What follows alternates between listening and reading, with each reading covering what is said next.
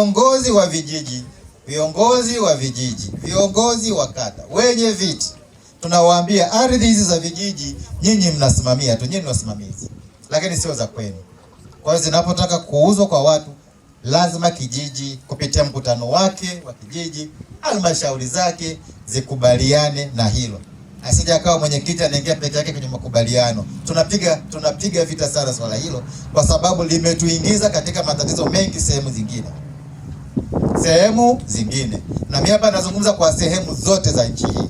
Simzungumzii mwenyekiti wa hapa wala nani wa hapa. Nazungumzia wenye viti kwa ujumla.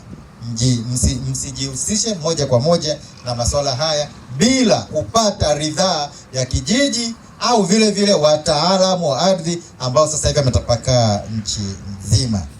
Mimi niseme katika swala la umiliki wa ardhi, hatutaki mtu yoyote abaguliwe, iwe kwa jinsi, iwe kwa kabila, iwe kwa kitu chochote. Wataalamu wetu wataendelea hilo, kwa sababu sera zetu na sheria zetu zinatambua kuwa wote hawa wana haki sawa ya kumiliki ardhi. Sasa hivi jiji la Mwanza, manispaa Ilemela inapumulia Misungwi.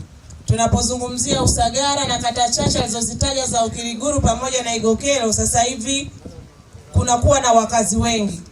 Na kama sikumsikia vibaya, kamishna mkuu alizungumzia kuhusu mazagazaga. Sasa watu wa ardhi mtatusaidia.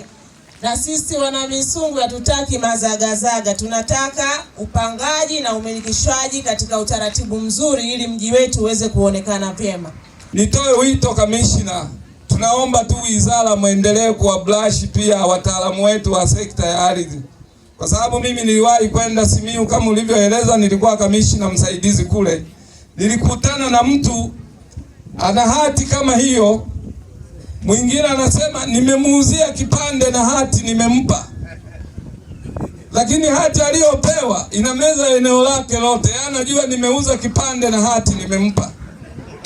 Kwa kweli kupitia wao kumekuwa ni chachu ya wengine kuja kujifunza, kuona namna gani wananchi wa Misungwi wako tayari kuhakikisha wanaondokana na kero za kuwa na migogoro ya ardhi kwa kutorasimisha ardhi zao.